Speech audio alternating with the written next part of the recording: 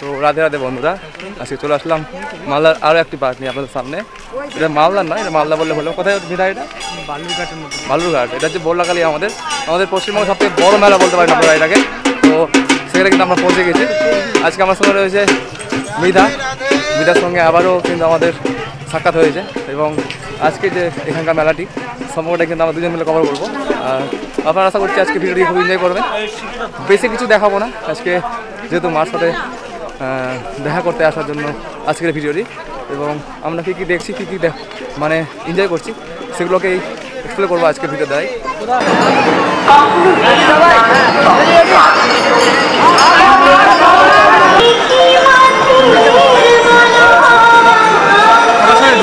কিন্তু আমরা আসলাম সেই গেটের সামনে, এবং এই গেটে কিন্তু ঢুকতে গেলে কিন্তু টাকা লাগে, ঠিক আছে, এবং ভেতরে কিন্তু ছবি তোলার কিন্তু পারমিশন থাকে না, এবং সেখানে ফাটাফাটি কিন্তু ভিড় রয়েছে আজকে।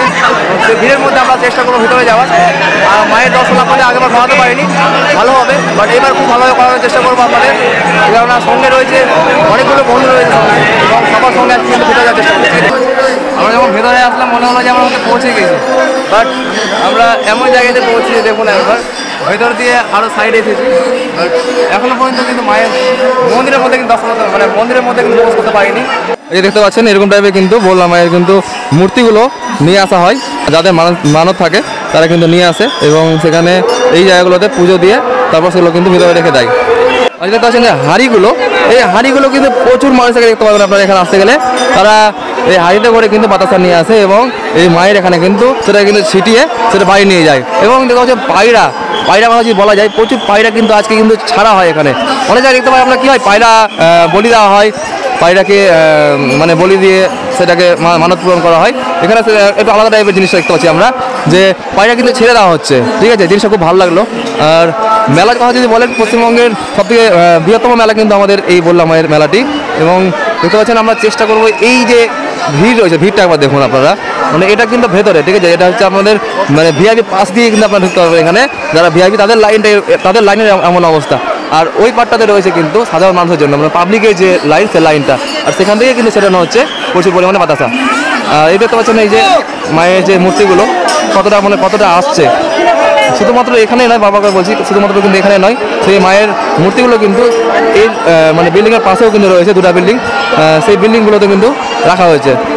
সব জায়গাতে সব রকমভাবে রাখা হয়েছে, জানি না প্রসেসিং কেমন রয়েছে, সেই প্রসেসিংগুলো হয়তো আমার অজানা, তার জন্য আপনারা বলতে পারছি না যে কীভাবে নিয়ে আসা হয় না নিয়ে আসা হয়। তো যাই হোক, ভিড়ের মধ্যে একটু যাওয়ার চেষ্টা করি। দাদা বস্তার মধ্যে কী আছে? বাতাসা আছে এতগুলো? মানত করেছিলেন নাকি? মানত করা হয়েছিল? কত কেজি বাতাসা আছে? 80 কেজি। 80 কেজি বাতাসা। আর কি আছে? বাতাসা আছে, আরও পাঠা আছে। যাবি না, তুলে যাবি।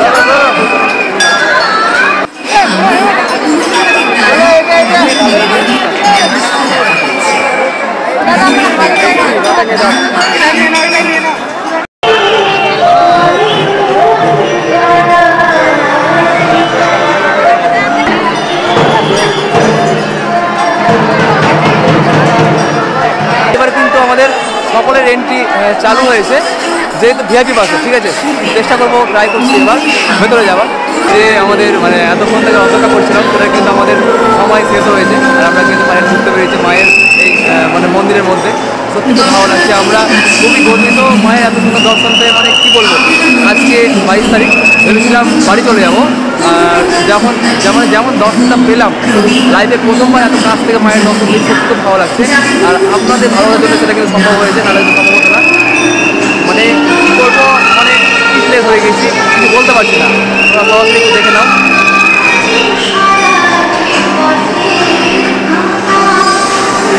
মানে ভাবো এখন কেমন পরিস্থিতি, কেমন মানে বলে বোঝানো যাবে না আর কি, খুবই সুন্দর পরিস্থিতি, মানে খুবই ভালো লাগছে আর কি। মানে এসে মানে এত সুন্দর ভাইব জায়গা না, বলে বোঝানো যাবে না। মন্দিরের সামনে পুরোহিতদের দ্বারা ভোগ নিবেদনের ব্যবস্থা রাখা হয়েছে। ভোগের দক্ষিণা দান বাক্সে জমা।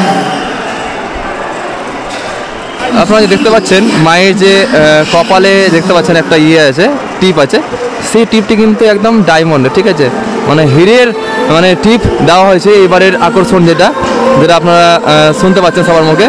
আর মায়ের গায়ে যেগুলো গহনা রয়েছে না, মানে একটাও কিন্তু নকল নয়, সবই কিন্তু সোনা আর চাঁদির। আরেকটা জিনিস আপনাদের দেখাই, যে দেখতে পাচ্ছেন মায়ের যে পায়ে দেখুন একবার, পায়ে যে ইয়েটা আছে না মানে নুপুরটা, সেটা কিন্তু কয়েক কেজি ওজনের কিন্তু এই নুপুরটা কিন্তু আছে, ঠিক আছে। এইবারের কিছু কিছু আকর্ষণ আপনারা দেখলে সত্যি চমকে যাবেন।